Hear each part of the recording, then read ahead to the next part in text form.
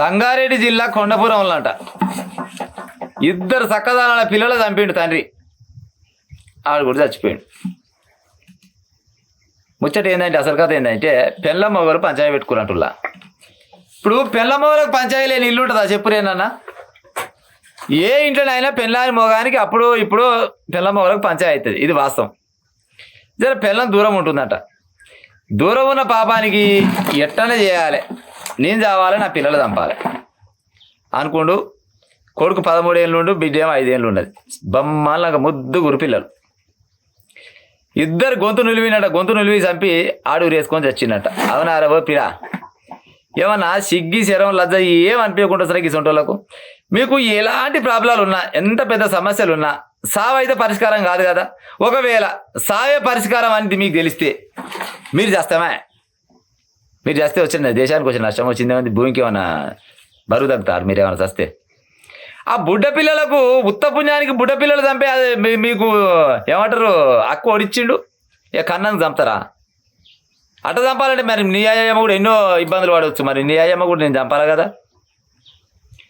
ఇటువంటి వార్తలు అయితే 2 రోజుల కోటి వస్తున్నాయి. పిల్లల చంపుడు వాళ్ళు చచ్చిపోడు, పిల్లల చంపుడు వాళ్ళు చచ్చిపోడు. ఒరే నాయన, ఈ పిల్లలు చంపుదామని ఆలోచన ఉన్న సన్నాసులు వాళ్ళని ఆడోళ్ళైనా మొగోళ్ళైనా ఉంటే మీ పిల్లల కొనవే ఆ అనాథ శరణాలు లేచి మీరు సాగురి, నష్టం లేదు. మీ వల్ల ఓరికి ఉపయోగం అవుతుంది, ఓరికి కాదు మీకు కూడా ఉపయోగం లేదు. చక్కదానగా 13 ఏళ్ళ కొడుకు 5 ఏళ్ళ బిడ్డే ముద్దుగా ఉన్నారు పిల్లలు. ఇద్దరిని చంపి ఆడు వేసుకొని తెచ్చిండు. మళ్ళీ చచ్చినాక మళ్ళీ 10 కమ్మలు లెటర్ రాసిండట.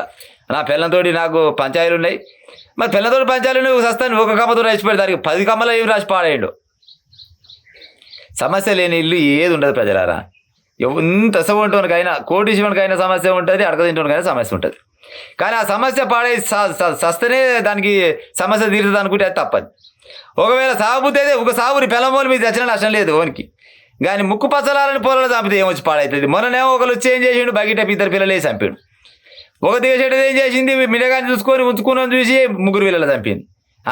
మొన్నోడు ఏం చేసిండు, పొరగాలని చంపి 2 పిల్లలు కొడుకో బిడ్డను చంపాడు. ఇవాళ బిడ్డను కొడుకుని చంపాడు. ఇదే పని చేస్తారా? ఉరి పెట్టుకొని చేస్తే ఆసనం పట్టిన దాకా పక్కింటోళ్ళకి తెలియదట. ఏమో ఈటకెళ్ళి ఆసనం వస్తుంది, ఏ కథ అని చూస్తారు కదా, తలుపు తీయపోసారు కదా, తలుపు కొట్టిరంట, తలుపు కొట్టి చూస్తారు కదా, ఈ నేల పడి చచ్చిండు, ఆ పిల్లలు ఏమో అట్నే కింద పడి చచ్చిపోయారు. కథం ఏమయ్యా అని లెటర్ 10 కమ్మలు లెటర్ రాసిండట. 10 కమ్మలు లెటర్ రాస్తే ఆ లెటర్లో చూస్తారు కదా, భార్య భర్తలకు పంచాయతీ వచ్చిందట. భార్య భర్తలకు పంచాయతీ వస్తే ఈ అమ్మాయి ఏడ దొరికిర్రా నాయన. పిల్లలు లేక అలవాటిస్తోళ్ళు భూమి మీద బొచ్చడి మంది ఉన్నారు.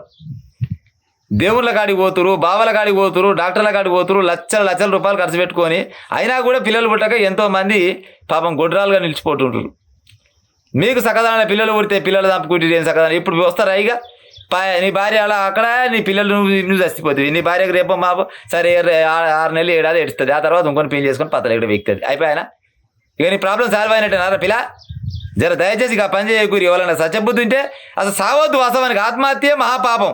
లేదు ఇక మేము భూమి మీద బతికితే మాకు వల్ల కాదు అనుకుంటే మీ పని మీరు కానిచ్చుకోరు.